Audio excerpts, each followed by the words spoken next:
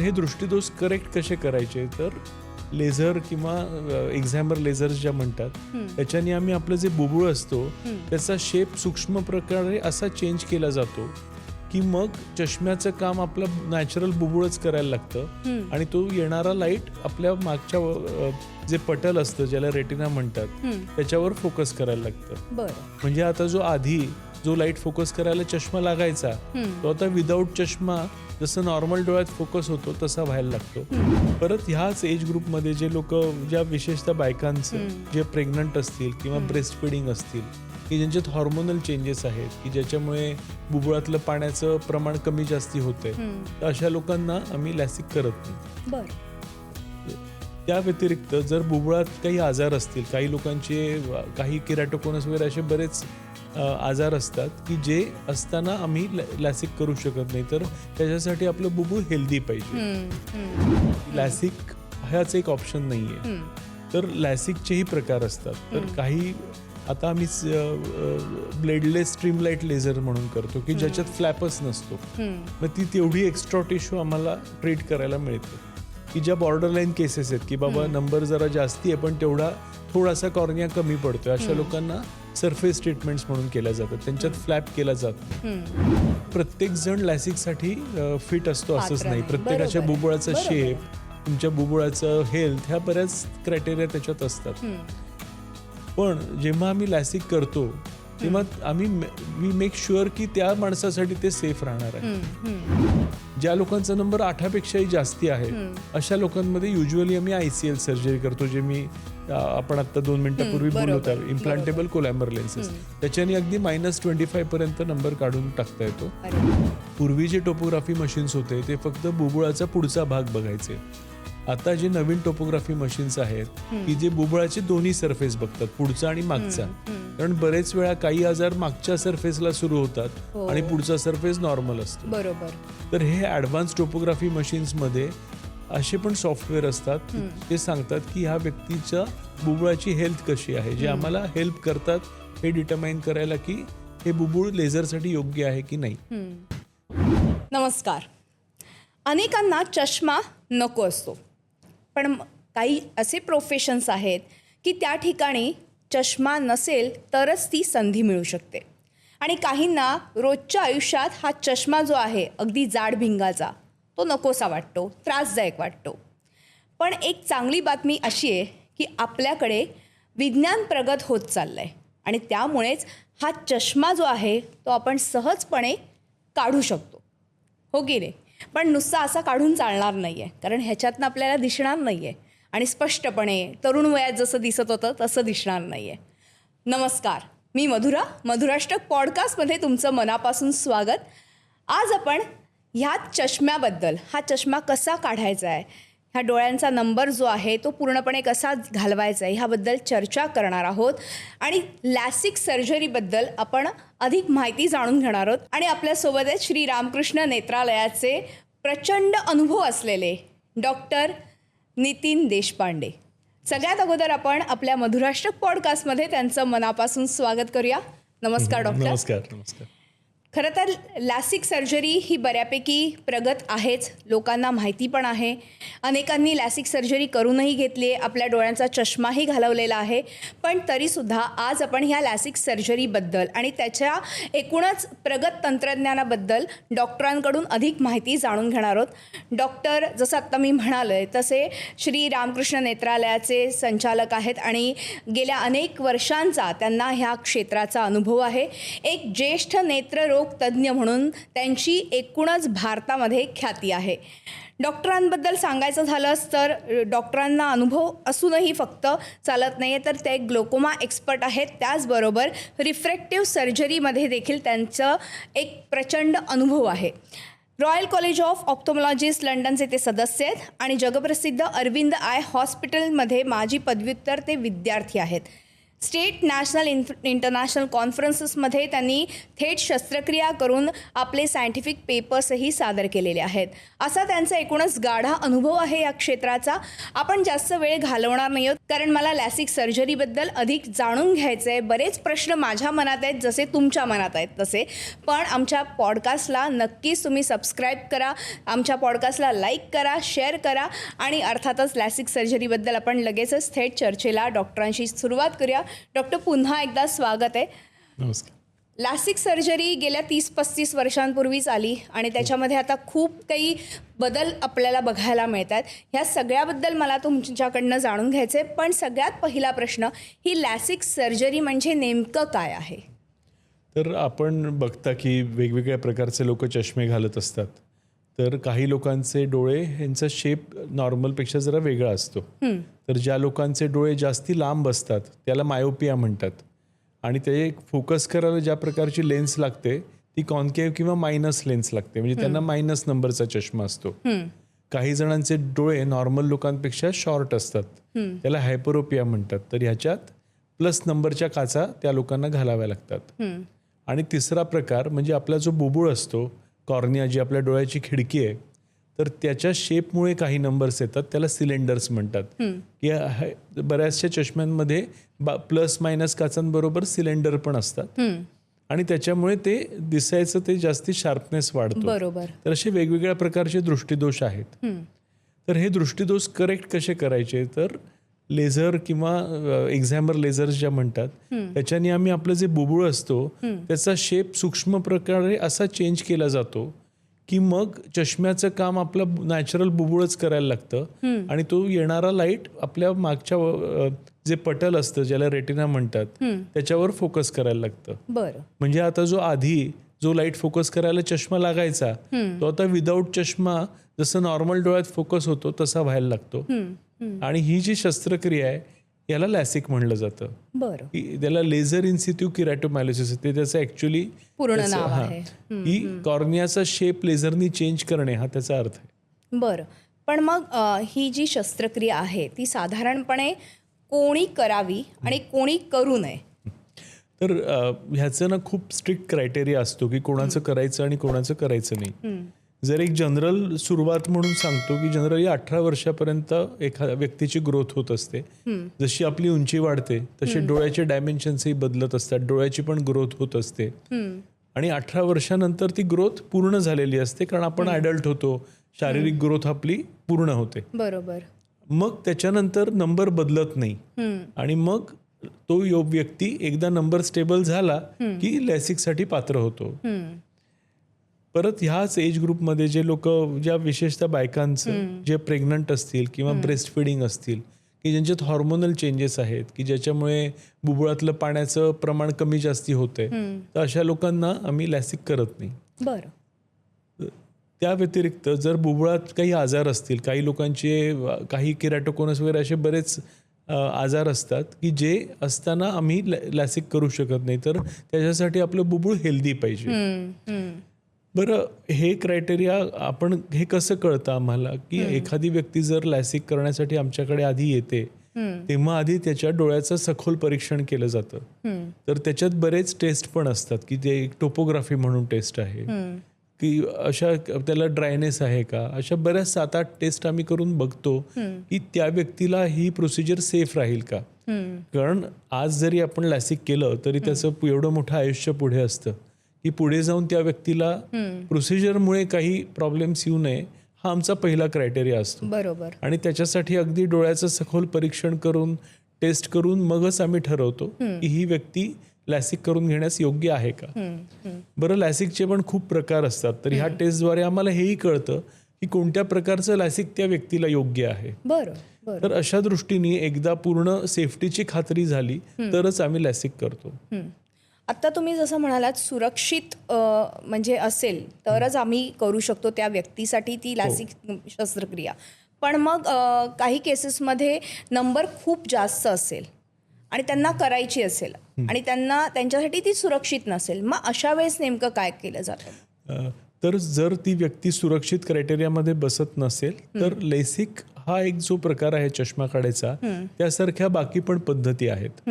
तर मी जसं आपल्याला म्हणलं की लॅसिक ह्याच एक ऑप्शन नाहीये, तर लॅसिकचेही प्रकार असतात. तर काही आता आम्ही ब्लेडलेस स्ट्रीमलाइट लेझर म्हणून करतो की ज्याच्यात फ्लॅपच नसतो. मग ती तेवढी एक्स्ट्रा टिश्यू आम्हाला ट्रीट करायला मिळते की ज्या बॉर्डरलाईन केसेस आहेत की बाबा नंबर जरा जास्ती आहे पण थोडासा कॉर्निया कमी पडतोय, अशा लोकांना सरफेस ट्रीटमेंट्स म्हणून केल्या जातात, त्यांच्यात फ्लॅप केला जात नाही. लेसिकमध्ये फ्लॅप असतो त्याच्यामुळे काही टिश्यू जास्ती वापरली जाते. पण ज्या लोकांच्या बुबुळाची जाडी खूप चांगली असेल आणि त्यांचा नंबर त्या प्रमाणात जास्ती नसेल आणि ट्रीट करूनही भरपूर कॉर्निया मागे राहणार असेल अशा लोकांमध्ये लॅसिक केलं जातं. या व्यतिरिक्त एक ICL किंवा इम्प्लांटेबल कोलॅमर लेन्सेस म्हणून पण एक खूप चांगला प्रकार आहे. तर आणि जो नवीन नाहीये, तो ऑलमोस्ट आम्हीच 15 वर्षापासून ते ट्रीट सर्जरीज करतोय.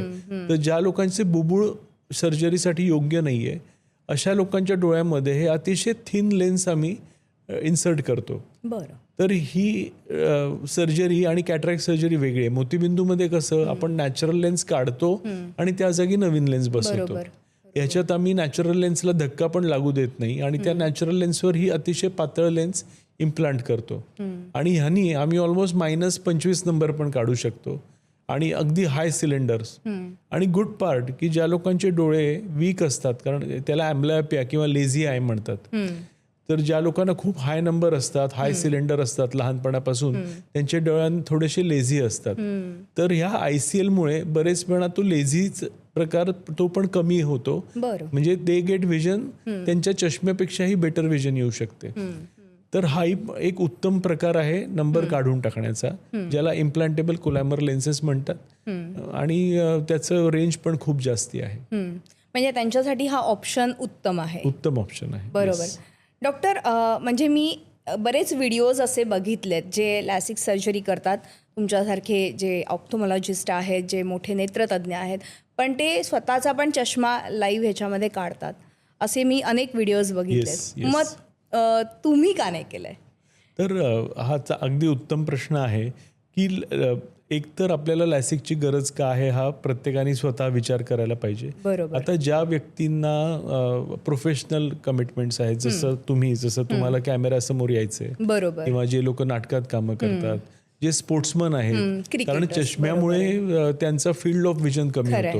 आता एखाद्याला शटल प्लेअर आहे, त्याला शटल नाही दिसलं किंवा बॉल दिसला नाही, तर स्पोर्ट्समन लोक आहेत, किंवा जे मिलिटरी किंवा पोलिसांसारख्या प्रोफेशनमध्ये आहेत, किंवा काही जणांना एखाद्या मुलीला ब्युटी पॅजंटमध्ये भाग घ्यायचा आहे की तिला चष्मा चालू शकणार नाही. बरेच जण माझ्याकडे येतात की ज्यांना बायकिंगचा शौक आहे, त्यांना चष्मा नाही घालायचा, किंवा काही तुमचे सोशल ऑब्लिगेशन्स आहेत. तर असे वेगवेगळी प्रत्येकाची कारणं आहेत चष्मा काढून घेण्याची. तर आणि प्रत्येक जण लॅसिकसाठी फिट असतो असंच नाही. प्रत्येकाच्या बुबुळाचा शेप, तुमच्या बुबुळाचं हेल्थ, ह्या बऱ्याच क्रायटेरिया त्याच्यात असतात. पण जेव्हा आम्ही लॅसिक करतो तेव्हा आम्ही वी मेक शुअर की त्या माणसासाठी ते सेफ राहणार आहे. तर त्याच्यामुळे कोणी लॅसिक केलंय किंवा नाही केलंय हे महत्वाचं नाहीये. पण जर काही कारणाने तुम्हाला लॅसिक करणं आवश्यक असेल तर वी विल मेक शुअर की ते तुमच्यासाठी सेफ राहील.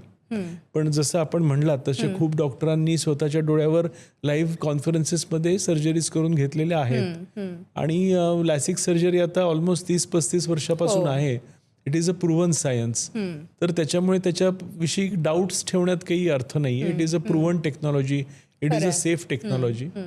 आणि दरवर्षी मिलियन्स ऑफ पीपल जगभर हे लेसिक सर्जरी होतीये, त्यामुळे it is a safe surgery now.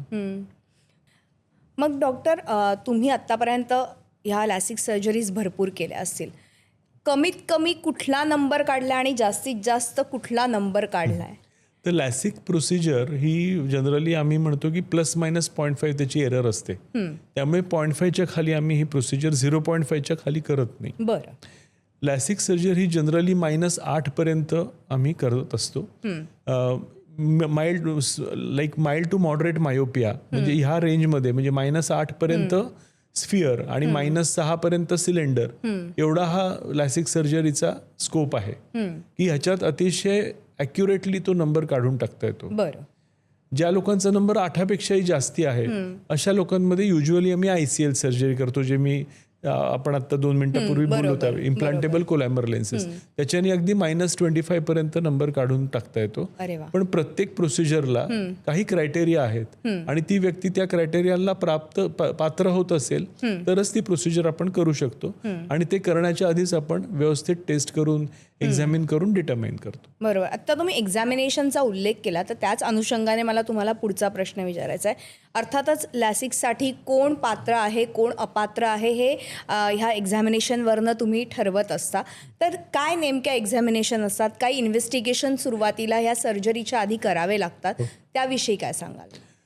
बऱ्याचशा ह्या टेस्ट असतात त्या बुबुळाशी संबंधित असतात, कारण आपण लेझरनी बुबुळ रिशेप करतोय. तर एकतर त्याचा ॲक्युरेट नंबर आधी आम्ही 1-2-3 वेळा टेस्ट करून ते डिटरमाइन केलं जातं की ॲक्युरेट नंबर किती आहे. त्याच्यानंतर टोपोग्राफी म्हणून टेस्ट असते, ज्याच्यात बुबुळाचं जाडी किती आहे, कारण प्रत्येकाची जाडी वेगळी असते, प्रत्येकाचा शेप वेगळा असतो. पूर्वी जे टोपोग्राफी मशीन्स होते ते फक्त बुबुळाचा पुढचा भाग बघायचे. आता जे नवीन टोपोग्राफी मशीन्स आहेत की जे बुबुळाचे दोन्ही सरफेस बघतात, पुढचा आणि मागचा. कारण बरेच वेळा काही आजार मागच्या सरफेसला सुरू होतात आणि पुढचा सरफेस नॉर्मल असतो. बरोबर. तर हे ॲडव्हान्स टोपोग्राफी मशीन्समध्ये असे पण सॉफ्टवेअर असतात जे सांगतात की ह्या व्यक्तीच्या बुबुळाची हेल्थ कशी आहे, जे आम्हाला हेल्प करतात हे डिटरमाइन करायला की हे बुबुळ लेझरसाठी योग्य आहे की नाही. तिसरं मोस्ट कॉमन म्हणजे ड्रायनेस. ते काही जणांना ऑलरेडीच डोळे खूप ड्राय असतात. बरोबर. कारण बरेच वेळा लेसिक नंतर थोडेसे ड्रायनेस इंड्यूस होतोय काही आठवड्यांसाठी 1-2. तर मग जर आम्हाला आधीच माहिती असेल की ह्या व्यक्तीला ड्रायनेस आहे तर तो ड्रायनेस आम्ही आधीच ट्रीट करतो. बरं, ड्रायनेसमुळे नंबरामध्ये पण फरक होतो. बरं. तर त्याच्यामुळे आधी आम्ही ड्रायनेस ट्रीट करतो, एकदा तो नंबर स्टेबल आहे का ह्याची खात्री करतो आणि मगच पुढे जातो. जसं आपण डिस्कस केलं की ज्या लोकांना -8 पेक्षा जास्ती नंबर आहे आणि त्यांना ICL सर्जरी करायची, तर मग त्यांना अजून थोडे वेगळे क्रायटेरिया असतात की डोळ्याच्या आतल्या अवयवांचे जे भाग आहेत त्याचा पण शेप आम्ही मोजतो. तर असे प्रत्येक प्रोसिजरप्रमाणे वेगवेगळे टेस्ट असतात आणि त्या आधी का केल्या जातात की त्या जर टेस्ट चांगल्या असतील तरच आपण मग प्रोसिजर करतो. कारण जसं जेवढा नंबर आहे त्या व्यक्तीचा त्याप्रमाणे आम्ही काही मॅथमॅटिकल कॅल्क्युलेशन्स करतो सेफ्टीसाठी आणि त्या सेफ्टी कॅल्क्युलेशन्समध्ये बसली सर्जरी तर वी नो की या व्यक्तीला पुढे काही प्रॉब्लेम येणार नाही आणि देन वी गो अहेड. बरोबर. पण मग वारंवार जर नंबर वाढत असेल तर अशांनी लॅसिक सर्जरी करावी का? हा फार महत्त्वाची गोष्ट आहे की जनरली 18 वर्षापर्यंत नंबर स्टेबल होत जातो. तरी आम्ही अजून 6 महिने वाट बघून हे बघतो की त्या नंबर स्टेबल होतोय का. जनरली 21 वर्षाच्या पुढे नंबर बदलायचं प्रमाण अगदीच कमी निग्लिजिबल आहे. तर त्याच्यामुळे हा जो 18 ते 21 वर्षाचा झोन आहे या झोनमध्ये जर नंबर स्टेबल झाला तर लॅसिक सेफली करता येतं. कारण तुम्ही ॲडल्ट झालेला असता, तुमच्या शरीराची ग्रोथ आणि डोळ्यांची ग्रोथ ही कम्प्लीट झालेली असते. बरोबर. त्याच्या पलीकडे नंबर वाढत नसतो. तर खरंच ह्या स्क्रीन टाईममुळे किंवा ह्या स्क्रीनमुळे नंबर वाढतो किंवा चष्मा लागतो का? लहान मुलांमध्ये जेव्हा ग्रोथ फेजमध्ये ॲकोमोडेशन, जेव्हा आपण जवळची तास खूप त्या ॲकोमोडेशन नावाची डोळ्यात प्रोसिजर असते.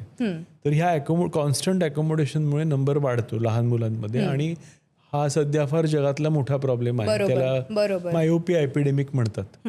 जे पूर्वी केवळ साऊथ ईस्ट एशिया म्हणजे चायना वगैरे इकडं होतं ते आता भारतातही खूप वाढलेलं आहे. म्हणजे 5 पट हा प्रॉब्लेम आपल्या देशात सध्या वाढलेला आहे. बरोबर. तर लहान मुलांमध्ये म्हणून आम्ही म्हणतो की त्यांना स्क्रीन टाईम कमी करा. कारण जर जास्ती वेळ तो मुलगा सारखा स्क्रीन घेऊन बसला तर त्याचा नंबर झपाट्याने वाढणार. तर चायनासारख्या देशात तर त्यांनी शाळांमध्ये 2 तास कंपल्सरी आउटडोर ॲक्टिव्हिटी केलेली आहे. जे अशा मेजर्सची आपल्या देशात पण आता आवश्यकता आहे. तर हा जो नंबर वाढायचा प्रकार असतो हा 18 वर्षापर्यंत असतो. 18 वर्षानंतर एकदा तुमची ग्रोथ कंप्लीट झाली की मग नंबर वाढत नसतो. जो एक्सेसिव्ह स्क्रीन टाईम 18 वर्षानंतर जो असतो की त्याच्यामुळे डोळे ड्राय होतात. तर त्याची मात्र आपल्याला काळजी घ्यायला पाहिजे, कारण ड्रायनेसमुळे तुमची प्रोडक्टिव्हिटी डेफिनेटली अफेक्ट होते. आणि ते येणाऱ्या प्रत्येक पेशंटमध्ये आमच्या हॉस्पिटलमध्ये आम्ही ड्रायनेस मॉनिटर करतो. बरोबर. पण 18 वर्षानंतर किंवा फार तर फार 21 वर्षानंतर स्क्रीनमुळे नंबर वाढत नाही हम्म, किंवा कमी पण होत नाही. हम्म.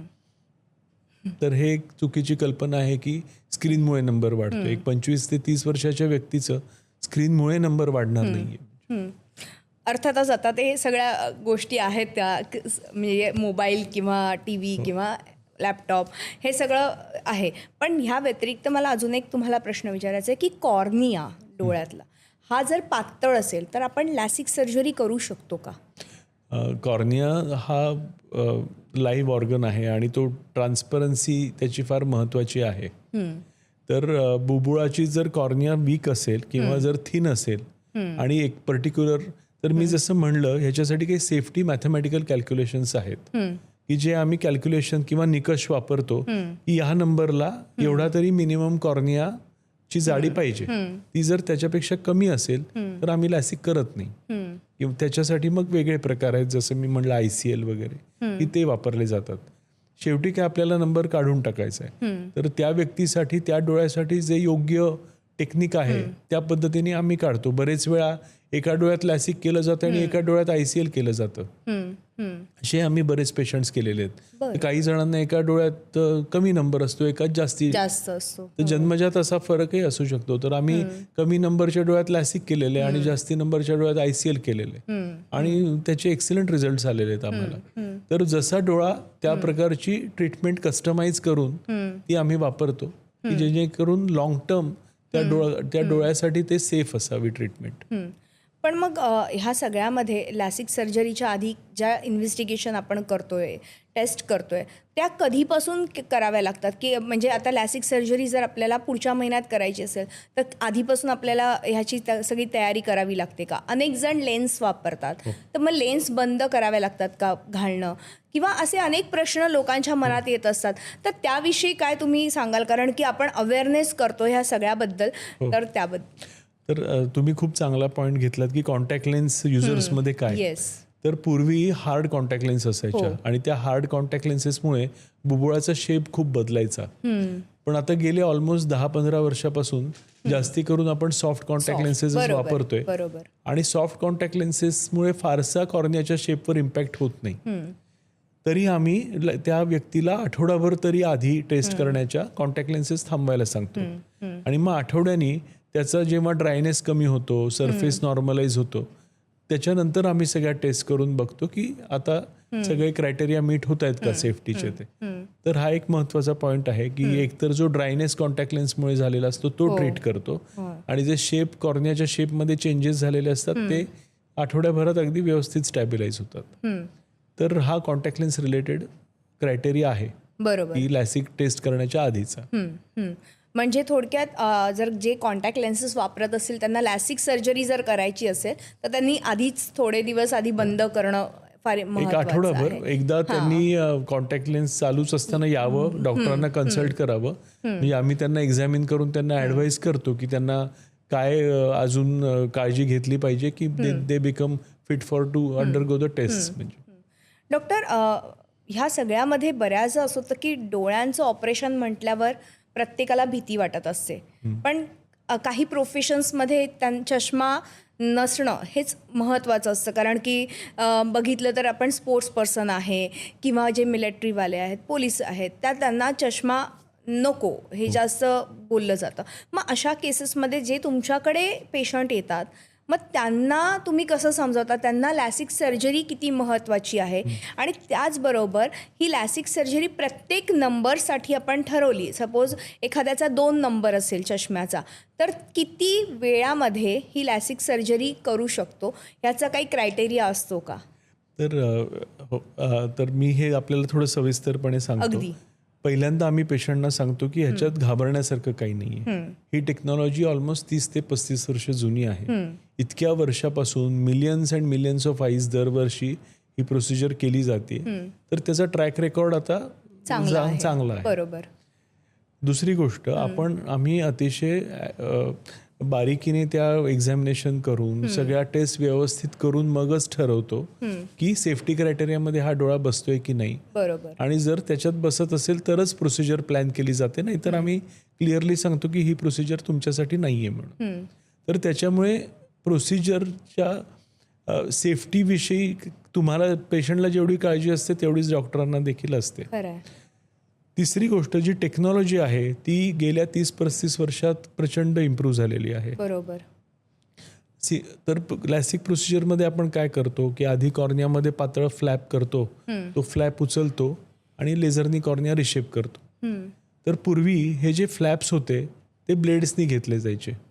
अर्थात ब्लेडची टेक्नॉलॉजी पण खूप चांगलीच होती, पण त्याची ॲक्युरेसी आता अजून वाढली आहे, कारण आता आम्ही लेझरनीच हे फ्लॅप घेतो ज्याला फेम्टोसेकंड लेझर म्हणतात, आणि ते केवळ 20 सेकंदात फ्लॅप क्रिएट केला जातो. त्याच्यामुळे ही कम्प्लिटली पेनलेस प्रोसिजर आहे. तर ही फक्त ड्रॉप टाकून केली जाते, याला काही इंजेक्शन वगैरे काही नसतं. तर 20 सेकंदात फ्लॅप झाल्यावर आम्ही तो फ्लॅप उचलतो आणि मग सेकंड लेझरनी तो कॉर्निया रिशेप केला जातो, त्याला एक्झायमर लेझर म्हणतात. तर ही लेझर्स पण खूप आता ॲक्युरेट झालेली आहेत. एकतर त्याच्यात ट्रॅकर्स असतात की लोकांना वाटतं डॉक्टर आमचा डोळा हल्ला तर काय, असे लोकांना भीती वाटते. पण हे ट्रॅकर्स प्रत्येक सेकंदाला इतके डोळ्याला शेकडो टाइम्स ट्रॅक करत असतात की त्याला 3D ट्रॅकर्स म्हणतात, की आडवी मुवमेंट नाही तर व्हर्टिकल मुवमेंट पण ट्रॅक केली जाते. त्याच्यामुळे ती लेझर ॲक्युरेटलीच पडते आणि ॲक्युरेटलीच ट्रीटमेंट होते. आणि ही ट्रीटमेंट अतिशय फास्ट असते. कोणाला जर 5 नंबर असेल तर केवळ 7-8 सेकंदात ती ट्रीटमेंट पूर्ण होते. तर त्याच्यामुळे ही प्रोसिजर इतकी फास्ट आहे आणि हे टेक्नॉलॉजीने आज अचीव्ह केलेलं आहे की त्याच्यात ट्रॅकर्स छान आहेत, त्याचा स्पीड चांगला आहे, त्याच्यामुळे प्रोसिजर कम्प्लिटली पेनलेस झालेली आहे. परत लोकांना ही भीती वाटते की डॉक्टर ती लेझर माझ्या डोळ्यात जाईल का, किंवा मला त्याच्यामुळे मोतीबिंदू होईल का. तर आम्ही त्यांना ॲश्युअर करतो की ही कोल्ड लेझर आहे आणि ही बुबुळाच्या पण मागच्या साईडपर्यंत पोहोचत नाही, ती केवळ सरफेसवर काम करते. त्याच्यामुळे डोळ्याच्या त्याचा काही दुष्परिणाम होण्याचा प्रश्नच येत नाही. तर अशा प्रकारे ही प्रोसिजर अतिशय सेफ आहे हे आम्ही लोकांना ॲश्युअर करतो. आणि सर्वात महत्त्वाचं म्हणजे करायच्या आधीच जी व्यवस्थित टेस्ट करणे, त्याचा क्रायटेरिया डिटरमाइन करणे, सेफ्टी बघणे हे फार महत्त्वाचं आहे. बरोबर. आणि मग प्रोसिजर जे आज बेस्ट टेक्नॉलॉजी अवेलेबल आहे त्यांनी केली तर मग it is a very safe technology. With in hands of experience surgeon it works very very well. आत्ता तुम्ही बोलता बोलता मोतीबिंदूचा उल्लेख केला. मग लॅसिक नंतर मोतीबिंदू होऊ शकतो का, किंवा ग्लोकोमासारखा आजार होऊ शकतो का? हे काही चुकीच्या कल्पना आहेत. कारण ही लेझर फक्त डोळ्याच्या सरफेसवरच काम करते. बरोबर. ही डोळ्याच्या आत अजिबात जात नाही. त्यामुळे मोतीबिंदू किंवा काचबिंदू सारख्या बाकी आजारांशी लेसिकचा काही संबंध नाहीये. काही जणांना जेनेटिक टेंडन्सीच असते की लवकर मोतीबिंदू होतात, किंवा काहींना जेनेटिक टेंडन्सीज असते की त्यांच्या फॅमिलीमध्ये ग्लॉकोमा असतो. अशा लोकांना होऊ शकतो, पण त्याचा संबंध लॅसिकशी नसतो. It is coincidental. मग हा टोटली वेगळं ही ट्रीटमेंट. कारण लेसिक जरी आपण केलं, कॉर्निया जरी आपण रिशेप केला, तरी बाकी डोळ्याचे आजार जसे सगळ्या व्यक्तींना होतात तसे कोणालाही होऊ शकतात. त्याचा लॅसिकशी संबंध नसतो. बरोबर. तुम्ही मगाशी ब्लेडलेस आणि फेम्टो बद्दल बोललात, ह्याच्यामध्ये नेमका काय मग फरक आहे? तर जसं मी म्हणलं, आपण लॅसिक प्रोसिजरमध्ये पहिली स्टेप ही कॉर्नियाचा फ्लॅप तयार करणे. तर हा फ्लॅप अतिशय नाजूक किंवा पातळ, म्हणजे फक्त 100 to 120 मायक्रॉन्सचा असतो आणि तो फार ॲक्युरेटली करणं आवश्यक असतं. कारण आम्ही जे ऑपरेशनच्या आधी सेफ्टी क्रायटेरिया ठरवलेले असतात त्यात पर्टिक्युलर फ्लॅपचा थिकनेस आम्ही प्लॅन केलेला असतो की जेणेकरून उरलेला जो कॉर्निया आहे त्याची जाडी ॲडिक्वेट राहील आणि कॉर्निया वीक होणार नाही, असं त्याच्या मागचा थॉट असतो. तर हा फ्लॅप छान होणं फार आवश्यक असतं. तर पूर्वी काही असे आमच्याकडे मशीन्स होते ज्याला मायक्रोकेराटोम्स म्हणतात, की ज्याच्यानी ब्लेडनी हे फ्लॅप्स आम्ही करायचो आणि जे खूप चांगलेही व्हायचे, पण त्याच्यात व्हेरिएशन जास्ती असायचं. म्हणजे 100 मायक्रॉनचा फ्लॅप आपण म्हणला तर 20 ते 30 मायक्रॉन कमी जास्ती व्हायचा. मग त्याच्यानंतर अजून टेक्नॉलॉजी इव्हॉल्व्ह झाली आणि मग लेझर्स आल्या ज्याला फेम्टोसेकंड लेझर्स म्हणतात. आणि गेल्या 7-8 वर्षापासून मग आम्ही पूर्णपणे लेझरवर शिफ्ट झालो, कारण लेझरची ॲक्युरेसी खूप जास्त आहे. म्हणजे जेव्हा आपण 100 मायक्रॉन्स म्हणतो आणि ते मशीनमध्ये फीड करतो तेव्हा एक्झॅक्टली 100 मायक्रॉनचा युनिफॉर्म फ्लॅप येतो, जो फ्लॅप परत जागेवरही जाऊन छान बसतो आणि हीलही छान होतो. त्यामुळे मग सेफ्टी मल्टिपल टाइम्स वाढते.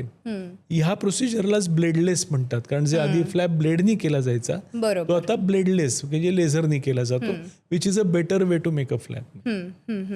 डॉक्टर, हे सगळं आहे, पण लॅसिकबद्दल खूप लोकांना मनात अनेक शंका असतात की आता लॅसिक सर्जरी तर आम्ही केली आहे, पण पुन्हा नंबर येऊ शकतो का? जे नंबर येण्याचं कारणं वेगवेगळी आहेत. तर जनरली ज्या मायनस नंबरचे लोक आहेत आणि जे लोअर नंबर्स आहेत, म्हणजे लो टू मॉडरेट मायोपिया, म्हणजे एक 5-6 पर्यंत ह्या लोकांमध्ये नंबर परत येण्याचं risk is almost close to 0. ज्या लोकांचे हाय मायनस नंबर आहेत 7-8, त्यांना रिलेटिव्हली थोडा नंबर येण्याची शक्यता जास्ती असते, कारण ते हिलिंग प्रोसेस अशी असते की त्याच्यामुळे थोडा नंबर येऊ शकतो.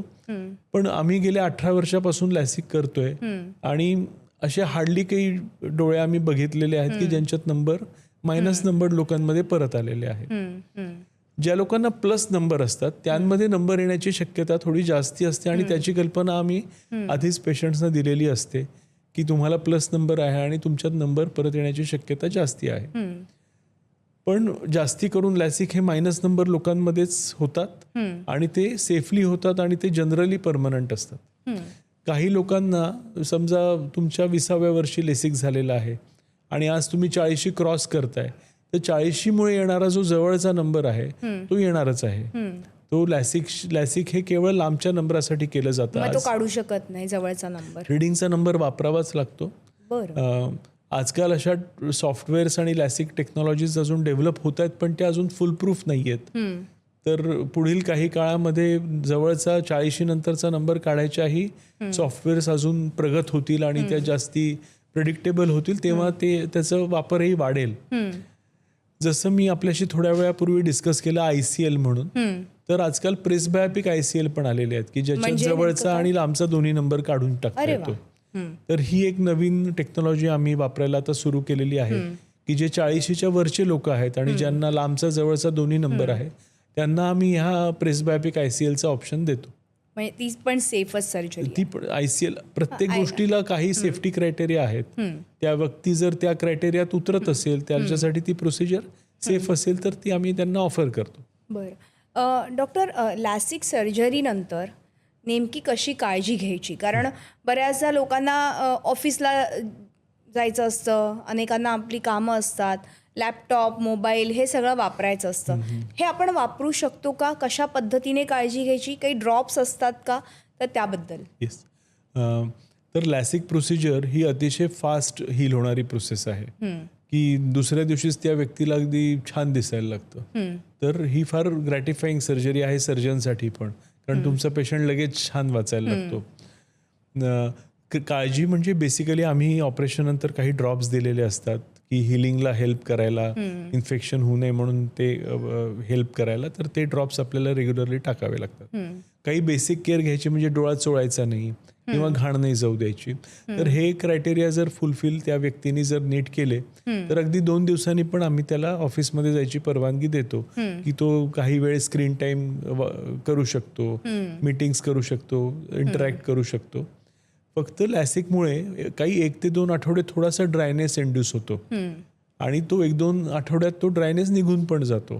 तर इनिशियल फेजमध्ये त्या व्यक्तीला आम्ही ल्युब्रिकेटिंग ड्रॉप जरा जास्त फ्रिक्वेंटली वापरायला सांगतो. परत तो व्यक्ती जाऊन ऑफिसमध्ये परत कॉम्प्युटरवर काम करणार असेल तर कॉम्प्युटरमुळे पण त्याचा ड्रायनेस वाढू शकतो. तर त्याला एवढीच काळजी घ्यायची असते की ल्युब्रिकेशन ॲडिक्वेट ठेवायचं असतं आणि दिलेले ड्रॉप्स विसरायचे नसतात. पण हे प्रोसिजर खूप फास्ट हिलिंग असल्यामुळे अगदी 2 दिवसांनी पण तो व्यक्ती ऑफिसला किंवा त्याच्या कॉलेजला रुजू होऊ शकतो. बरोबर डॉक्टर, पण मग ड्रायव्हिंग वगैरे हे सहजपणे ते करू शकतात? तर ड्रायव्हिंग वगैरे पण जसं हे बाकी क्रायटेरिया आहेत तसं 2 दिवसांनी ड्रायव्हिंग पण शक्य आहे. पण आम्ही त्याला सांगतो की तू क्लोज्ड ह्याच्यात चालव, की डोळ्यात धूळ जाऊ नये, घाण जाऊ नये. तर कार चालवायला हरकत नसते. मात्र 2 व्हीलर्स वगैरे की ज्याच्यात डायरेक्ट धूळ डोळ्यात जाऊ शकते. बरोबर. काही लोकांना लेसिक नंतर इमिजिएटली पोस्ट सर्जरी थोडेसे हेलोज ग्लेअर्स ते अनुभवायला येतात, म्हणजे लाईट थोडेसे स्प्रेड. पण हा अगदी मायक्रो स्वेलिंगमुळे हा प्रकार होतो आणि तो काही दिवसातच तो निघून जातो. तर बरं, पूर्वी ज्या आपण हे डिस्कस केले की टेक्नॉलॉजी कशी इम्प्रूव्ह झाली, बरोबर, जे पूर्वी लेझर ट्रीटमेंट्स व्हायच्या त्याच्या सर्जरीनंतर तर त्यांच्या परमनंटली हेलोज ग्लेअर्स वाढायचे. पण गेले 10-15 वर्षून सॉफ्टवेअर्स एवढे इम्प्रूव्ह होत गेले की हा प्रकार आता खूप कमी झालाय किंवा ऑलमोस्ट निग्लिजिबलच आहे, कारण ट्रीटमेंट्स तशा डिझाईन झाल्या आहेत की हेलोज ग्लेअर्स होऊ नयेत. तर त्यामुळे हेलोज ग्लेअर्सचा इश्यू आता ऑलमोस्ट नाहीच म्हणायला हरकत नाही. मात्र इमिजिएटली पोस्ट सर्जरी काही दिवस थोडासा अनुभवायला येतो, पण ते 2 आठवड्यात ते पण निघून जातं. बरोबर. डॉक्टर, बऱ्याच ठिकाणी लॅसिक सर्जरीचे अनेक आम्ही बोर्ड्स वगैरे बघतो, एवढ्या किमतीमध्ये लॅसिक सर्जरी करून घ्या. पण मग आम्ही कसं ओळखायचं की ही लॅसिक सर्जरी, त्याचं कॉस्टिंग, त्याचं हे सगळ्या गोष्टी कुठे आम्ही नेमकी करायची सर्जरी? कारण अर्थातच डोळ्यांचा प्रश्न येतो. हो. सगळ्याच सर्जरी चांगल्याच आहेत. प्रत्येक, मात्र कस्टमायझेशन आता खूप बदललेलं आहे. ज्या स्टँडर्ड लेसिक असतात त्या 1 शर्ट फिट्स ऑल, जसं आपण एक शर्ट आहे की तो 100 लोकांना फिट होऊ शकतो. बरोबर. त्याच्यात कस्टमायझेशन काही नसतं. मात्र जे नवीन टेक्नॉलॉजीज आहेत त्याच्यात आता खूप कस्टमायझेशन आहे. जसं तुमचं fingerprint is unique to you, तसे तुमच्या बुबुळाचा शेपचा स्टडी करून त्याप्रमाणे ट्रीटमेंट डिझाईन करून अगदी कस्टमाइज ट्रीटमेंट करायची पण आता टेक्नॉलॉजी आहे. जसं आम्ही कंट्युरा म्हणून टेक्नॉलॉजी वापरतो आता. तर अशा सर्जरीजमुळे थोडी कॉस्ट वाढते. सेकंडली, जो आपण ब्लेडलेस फ्लॅप्सही आपण डिस्कशन केलं की फ्लॅप्स ब्लेडने पण करता येतात आणि लेझरने पण करता येतात. बरं, ब्लेडनेही चांगले फ्लॅप होतात, पण लेझरचे फ्लॅप जास्ती सेफ असतात, जास्ती ॲक्युरेट असतात. मग त्याच्यामुळे थोडी कॉस्ट वाढते. जसं कस्टमायझेशन वाढतं, जसं इक्विपमेंट किंवा टेक्नॉलॉजी कॉस्ट वाढते, त्यामुळे ती थोडी कॉस्ट पेशंटला ट्रान्सफर केली जाते. ह्या बेसिक आणि ॲडव्हान्स ट्रीटमेंट्समधला फरक असतो की स्टँडर्ड ट्रीटमेंट्स आणि कस्टमाइज ट्रीटमेंट. डॉक्टर, ह्या सर्जरीज आल्यात, लॅसिक सर्जरीसारखी आणि ICL सारखी सर्जरी आज आपल्याकडे उपलब्ध आहे. अशा परिस्थितीत सुद्धा अनेकांना चष्मा घालणं हे खूप अप्रूप वाटतं किंवा त्यांना आवडतं, एक सौंदर्याचं प्रतीक वाटतं. तर म्हणजे त्यांचा आता थोडासा एक ट्रेंड बदलत चालला आहे. आज जेन झी बघितलं तर त्यांना मोठे मोठे चष्मे घालायला आवडत आहेत, त्यांना खूप रेट्रो लुक आवडतो आहे. तर अशा वेळेस तुमच्याकडे येणारे पेशंट हे कुठल्या वयोगटातले जास्त आहेत? लेसिकचे बरेच करून येणारे लोक काही कारणाने लेसिक करून घेतात, जसं आपण ऑलरेडी डिस्कस केलं. त्याला बरेच कारण आहेत. मला एक खूप जण हेही विचारतात, मुली विशेषतः, की डॉक्टर मी लेसिक नंतर कलर्ड कॉन्टॅक्ट लेन्सेस घालू शकेन का? तर येस, इट इज पॉसिबल. आम्ही त्यांना म्हणतो 1 महिना 2 महिन्यानंतर तू कलर्ड कॉन्टॅक्ट लेन्सेस ओकेजनली घालू शकतेस. तर असे वेगवेगळे फनी किंवा फ्रेम्स पण वेगवेगळ्या, की लोक 0 नंबरचे फ्रेम्स आवडत्या त्या ओकेजनला घालू शकतात. पण जो फ्रीडम फ्रॉम ग्लासेस जो लोक अनुभवतात, की बरेच जण आम्हाला म्हणतात की डॉक्टर मी सकाळी दुसऱ्या दिवशी लॅसिक करून उठले आणि मला सगळं जग क्लिअर दिसलं, मला पहिल्यांदाच माझा चष्मा शोधावा लागला नाही. तर असे जे पॉझिटिव्ह अनुभव आहेत ना लॅसिक करून, ते खूप आहेत. की चष्म्यापासून, चष्म्याशिवाय सगळ्या ऍक्टिव्हिटीज करणे, चष्म्याशिवाय जग सकाळी उठल्यावर दिसणे, याचा आनंद ते पहिल्यांदाच अनुभवत असतात. बरोबर.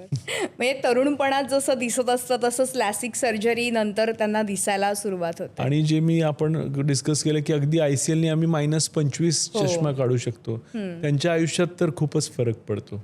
कारण त्यांचं जग त्यांना वेगळंच दिसतं. कारण -20 -25चा काचा घालून दिसणारं जग आणि चष्मा काढून टाकल्यावर ICL घालून डोळ्यात जे जग दिसतं त्याच्यात क्वालिटी ऑफ व्हिजन मध्ये खूप फरक असतो. लॅसिक नंतर काही साईड इफेक्ट्स वगैरे होतात? एकतर महत्वाची गोष्ट म्हणजे लॅसिक क्रायटेरियाच फार आमचा स्ट्रिंजंट असतो की कोणाला करायचं आणि कोणाला नाही. बरं, टेक्नॉलॉजी इतकी ॲडव्हान्स झालेली आहे की इट इज ऑल लेझर, जे ब्लेडलेस सर्जरीज म्हणतात आहेत, कस्टमायझेशन म्हणतात, परत मशीनचे हाय स्पीड, त्यांचे अतिशय ॲक्युरेट ट्रॅकर्स, ह्या सगळ्या गोष्टी ही प्रोसिजर सेफ करण्यासाठीच आहेत. आणि त्यामुळे कॉम्प्लिकेशन्स हा प्रकार आता अगदी नगण्य आहे. बरोबर. इन्फेक्शनची रिस्क पण आता ऑलमोस्ट 0 झालेली आहे, कारण it is all bladeless, everything सगळं डिस्पोजेबल असतं, काही रियूज केलेलं नसतं. तर अशा सगळ्यांमुळे मला वाटतं ही प्रोसिजर अतिशय सेफ झालेली आहे. ॲक्सिडेंट्स आर रेअर, जे जगात असतातच, प्रत्येक गोष्टीत असतात. पण मला वाटतं की लॅसिक ही आपल्या ह्युमन बॉडीवरची सर्वात सेफ सर्जरी मानली जाते आणि ती आहे पण. अरे वा. डॉक्टर, श्री रामकृष्ण नेत्रालयामध्ये या लॅसिक सर्जरी केल्या जातात. मला सांगा की ह्या लॅसिक सर्जरी जेव्हा तुमच्याकडे जेव्हा येतो पेशंट की लॅसिक सर्जरीसाठी, तर कशा पद्धतीने त्याला ह्या सगळ्या गोष्टीसाठी तयार केलं जातं, त्याचबरोबर काही इन्शुरन्स वगैरे काही आहेत का, ह्या सगळ्याबद्दल काय सांगाल? त्याला आधी इत्यंभूत सगळी माहिती दिली जाते. आमच्याकडे व्हिडिओज आहेत की जे त्याला दाखवले जातात की काय व्हॉट टू एक्सपेक्ट. तर त्याला त्याचं राईट एक्सपेक्टेशन आम्ही सेट करतो की तुला कसं काय अनुभव येईल बाबा. It is a painless procedure. त्याला एवढे सेकंद पूर्ण प्रोसिजर समजा 7-8 मिनिटाची आहे. ॲक्च्युअल प्रोसिजर ॲक्च्युअली काही सेकंदांचीच आहे. किंवा लेसिक झाल्यावर 2-3 तास थोडंसं इरिटेशन वॉटरिंग होऊ शकतं, जे नेक्स्ट डे तुला अगदी छान आणि नॉर्मल वाटायला लागेल. तर हे जे सगळी प्रोसिजर आहे त्याची पूर्ण त्याला माहिती दिली जाते. त्याला काय सर्जरीनंतर व्हॉट ही विल फील किंवा किती फास्ट तो रिकव्हर होईल याची सगळी कल्पना दिली जाते. आणि त्याच्यामुळे मला वाटतं त्या व्यक्तीला व्यवस्थित माहिती असते की व्हॉट टू एक्सपेक्ट. आता काही सरफेस ट्रीटमेंट्स असतात ज्या लोकांचे बुबुळं जरा पातळ असतात, मग त्या लोकांना आम्ही सरफेस ट्रीटमेंट म्हणतो, जे आता तेही खूप ॲडव्हान्स ब्लेडलेस प्रोसिजर्स आहेत, स्ट्रीमलाईट सारख्या. त्या लोकांना 2-3 दिवस थोडंसं इरिटेशन वॉटरिंग असतं, तर त्याची आम्ही त्यांना कल्पना दिलेली असते. तर त्यामुळे नथिंग इज अनएक्सपेक्टेड बेसिकली. पण मग डॉक्टर, बऱ्याच वेळा असं होतं की म्हणजे तुम्ही मगाशी बोलताना म्हणालात की दुसऱ्या दिवशी डोळ्यातनं पाणी येणं किंवा हे मग हे नॉर्मल असतं. पाणी येणं किंवा इरिटेशन होणं हे केवळ काही तासच होतं प्रोसिजर नंतर. नेक्स्ट डे ती व्यक्ती ऑलमोस्ट नॉर्मल असते.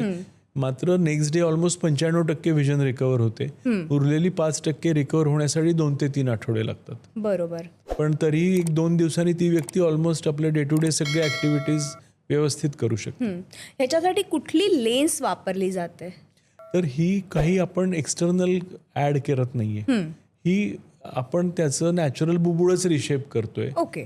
ते असं रिशेप करतोय की मग चष्म्याची किंवा कॉन्टॅक्ट लेन्सची गरजच पडू नये. त्यामुळे काही नवीन बाहेरची फॉरेन बॉडी आपण लॅसिक प्रोसिजरमध्ये इंट्रोड्यूस करत नाहीये. बरं.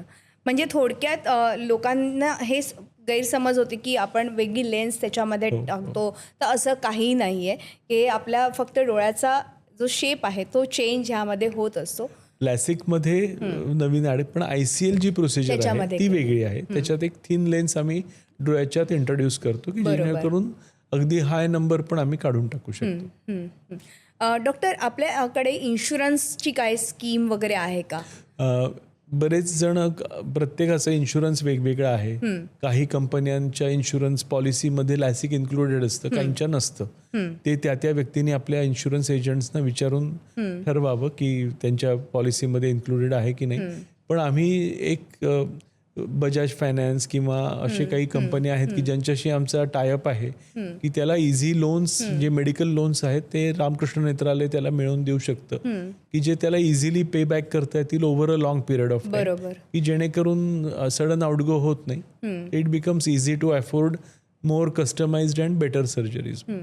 आणि एकावेळी एकाच डोळ्याचं करता येते लॅसिक सर्जरी किंवा दोन्ही डोळ्यांची करता येऊ शकते? तर लॅसिक सर्जरी ही एक्स्ट्राक्युलर प्रोसिजर आहे, म्हणजे त्याच्यात आपण डोळ्याच्यात एंटर करत नाही. बरोबर. त्यामुळे ही अतिशय सेफ प्रोसिजर आहे. जसं मी म्हणलं, ह्युमन बॉडीवरची सर्वात सेफ सर्जरी म्हणून लॅसिक ओळखली जाते. तर त्याच्यामुळे ती एकाच वेळी दोन्ही डोळ्यांना करणं शक्य आहे, कारण त्याचं हाय सेफ्टी आणि फास्ट रिकव्हरी. त्याच्यामुळे दोन्ही डोळ्यांना आम्ही ही प्रोसिजर एकाच वेळी करतो. बरोबर. अनेक असे फील्ड आहेत ज्याच्यामध्ये जसं तुम्ही आत्ता मगाशी उल्लेख केला की आमचं प्रोफेशन आहे, तर आम्हाला मेकअप वगैरे करावा लागतो. तर तुमच्याकडे अनेक जणी येत असतील की मला मेकअप करता येईल का लॅसिक सर्जरीनंतर, तर करता येऊ शकतो का? त्यांना जनरली आम्ही त्यांना सांगतो की महिनाभर अगदी डोळ्याच्या जवळ मेकअप करू नये, पण महिन्यानंतर असं कोणताही रिस्ट्रिक्शन नाहीये कोणत्याही ॲक्टिव्हिटीला किंवा कोणत्याही मेकअपला. तर पहिला महिना थोडी काळजी घ्यावी लागते, त्याच्यानंतर your as good as normal. म्हणजे जसं आत्ता प्रेक्षक तुम्ही बघत असाल की लॅसिक सर्जरी ही सेफ आहे, सुरक्षित आहे, पण त्याचे पण काही क्रायटेरियाज ठरलेले, ती प्रत्येकासाठीच योग्य असं नाही. जर का तुम्हाला चष्मामुक्त जीवन जगायचं आहे, सुंदर आयुष्य जगायचं आहे, तर तुम्ही नक्कीच ही लॅसिक सर्जरी करून घेऊ शकता. पण ही प्रत्येकासाठी नाही आहे. तर योग्य डॉक्टरांचा सल्ला घेऊनच तुम्ही ही लॅसिक सर्जरी करून घ्या. योग्य हॉस्पिटलची निवड करा. आणि श्री रामकृष्ण नेत्रालय हे आज महाराष्ट्रात तर आपण बघितलं तर चेंबूरमध्ये त्यांची शाखा आहे, त्याचबरोबर ठाणे, मुलुंड, वाशी या ठिकाणी आहे. खाली दिलेल्या नंबरवरती तुम्ही अपॉइंटमेंट घेऊन ह्या सगळ्याबद्दल माहिती जाणून घेऊ शकता. डॉक्टर स्वतः असतात त्या ठिकाणी. नक्कीच डॉक्टर, खूप छान माहिती लॅसिक सर्जरीबद्दल तुम्ही आत्ता ह्या ठिकाणी दिली. मधुराष्ट्रक पॉडकास्टमध्ये तुम्ही आलात आणि या सगळ्याबद्दल माहिती दिली, त्याबद्दल मनापासून आभार. धन्यवाद. यानंतर मधुराष्ट्रक पॉडकास्टमध्ये आज आपण इथेच थांबतोय. तुम्हाला आमचा हा एपिसोड कसा वाटला ते जरूर आम्हाला कमेंट बॉक्समध्ये लिहून कळवा. त्याचबरोबर आमच्या चॅनलला सबस्क्राईब करा, लाईक करा आणि शेअर करा. पुढच्या भागात नवीन विषयासह भेटणार आहोत. तोपर्यंत नमस्कार.